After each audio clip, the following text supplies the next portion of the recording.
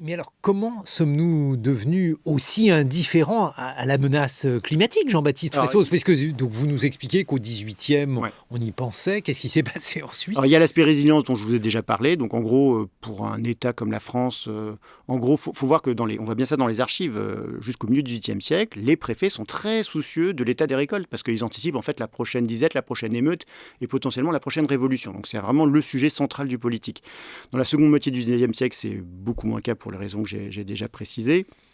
Et assez curieusement, l'émergence du CO2 comme facteur climatique. Donc la découverte de l'effet de serre, qui date des années 1860, c'est Tyndall en Angleterre qui montre ça. L'effet de serre, c'est L'effet de serre, 1860. oui. Oui. Ce qui veut dire que ça n'est pas Ah non, précisément nouveau. Ah oui, non, les bases, ça c'est aussi important, je crois, de le savoir pour les auditeurs, les bases physiques de la théorie du changement climatique, elles sont très anciennes, c'est de la science très très solide en fait. Et c'est pour ça que c'est important l'histoire des sciences, c'est qu'on voit à quel point les savoirs sont construits depuis longtemps et ça renforce, à mon avis, le crédit qu'on peut leur donner. Bon, donc le CO2 est d'abord vu comme quelque chose de positif. C'est-à-dire que les premières personnes qui écrivent sur l'effet de serre, ils disent en fait, oui, on émet effectivement du CO2, mais c'est bien, parce que ça va réchauffer le climat et ça va éviter le prochain âge glaciaire. Donc si vous voulez, à la fin du 19e siècle, chez Arrhenius par exemple, qui parle d'effet de serre et de changement climatique, lui il pense, on est dans une forme d'anthropocène où l'homme agit très fortement sur la planète, mais dans le bon sens du terme. Mais oui, parce que a priori, il pouvait être compliqué de penser que le réchauffement était en soi un risque. On pense que c'est plutôt une action positive. Les premiers écrivains, le premier savant qui travaille sur ces questions, pensent que c'est quelque chose d'assez positif. Et c'est seulement à partir de 1955-56 qu'on comprend qu'effectivement il y a un gros problème qui est lié au fait que le CO2 ne se dissout pas dans l'océan ou ne se dissout pas suffisamment dans l'océan. Et on sait que la quantité de CO2 va ne faire maintenant qu'augmenter. Et à partir de là, dès 1956-57, les firmes pétrolières discutent de cela.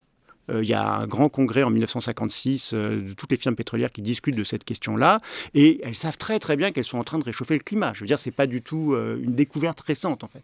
Mais alors, comment va-t-on réussir à fabriquer cette apathie? Parce que il y a donc ces firmes pétrolières, vous dites une certitude. On sait que le mécanisme de l'effet de serre, donc, il est découvert depuis plus d'un siècle. Je parle pour le mi-temps du XXe. Donc, on a tous les ingrédients pour finalement prendre conscience et on ne prend pas conscience. Alors, il y a deux formes d'apathie. Il y a la première apathie, là où on se désintéresse du lien entre finalement le changement climatique lié à la forêt. Donc la forêt devient moins importante économiquement au cours du 19e siècle.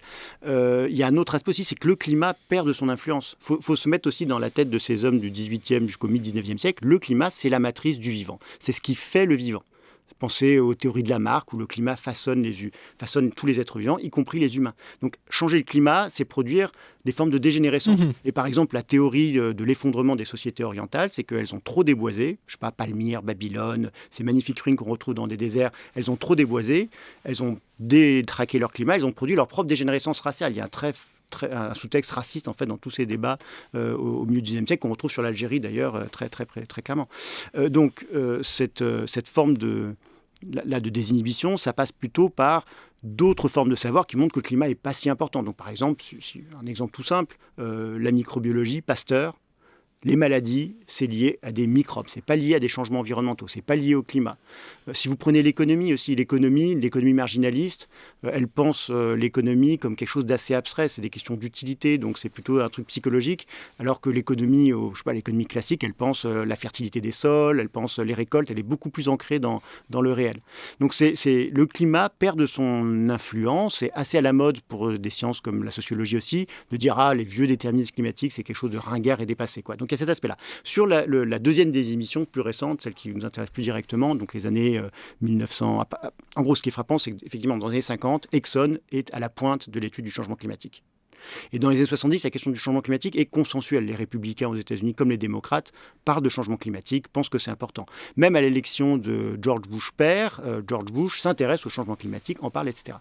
Et c'est seulement, disons, à la fin des années 80, début des années 90, que vraiment il y a un backlash. Et ça a bien été étudié par des collègues américains, Naomi Oreskes entre autres, avec Exxon qui se met à financer des think tanks climato-sceptiques, qui diffusent l'idée qu'il y a une controverse parmi les savants, alors qu'à ce moment-là, justement, il n'y a plus de controverse controverse à partir en fait d'un article important fait par des Français, en particulier, il y a Jouzel qui est là-dedans, c'est l'étude des carottes glaciaires qui montre qu'il y a une parfaite synchronisation entre la température et la présence du CO2 dans l'atmosphère à travers l'étude des carottes glaciaires.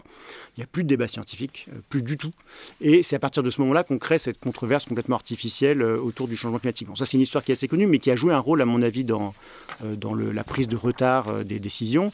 Et puis après, il y a tout plein d'autres choses, à mon avis, qui sont importantes. Par exemple, tout le système qu'on avait mis en place autour des crédits carbone, des mécanismes de compensation, tout ça, c'était une manière de continuer comme avant, en fait. L'idée qu'on va pouvoir voyager à New York et puis on va aller planter quelques arbres pour se donner bonne conscience, ça joue un rôle aussi dans la désinhibition.